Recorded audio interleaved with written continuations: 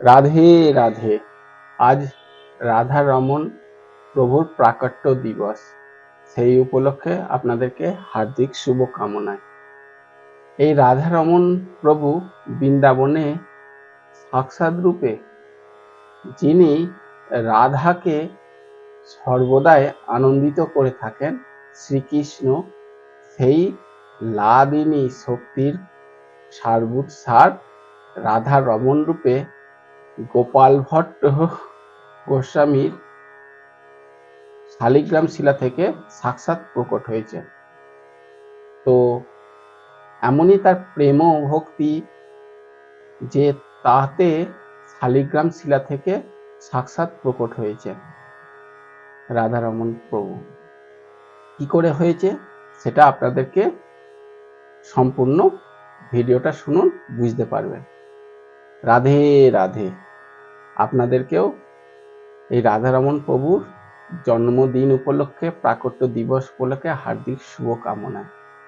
একসময় চৈতন্য মহাপ্রভু যখন আমাদের দাক্ষিণাত্য পরিভ্রমণ করতে গিয়েছিলেন, কিসের জন্য? যখন কেশব ভারতীর থেকে সন্ন্যাস গ্রহণ করার পরে দাক্ষিণাত্য পরিভ্রমণ করতে গিয়েছিলেন ভক্তি প্রচারের জন্য।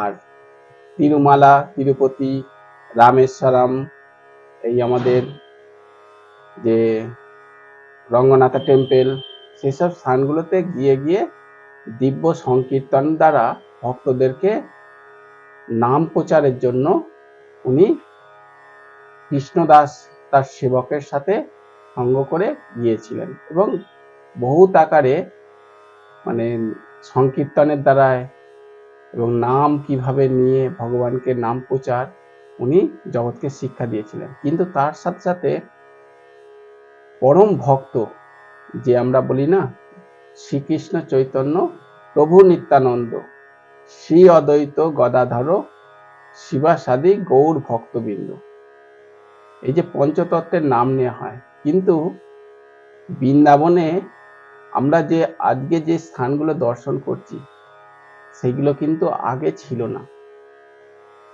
মোহাম্মদ গৌরী এবং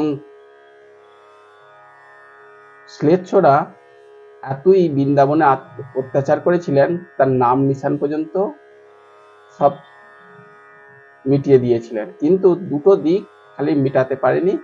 এক হচ্ছে যমুনা নদী, দুই হচ্ছে গিরিরাজ গোবর্ধনকে। কিন্তু চৈতন্য মহাপ্রভু তাদের পার্শ্বদ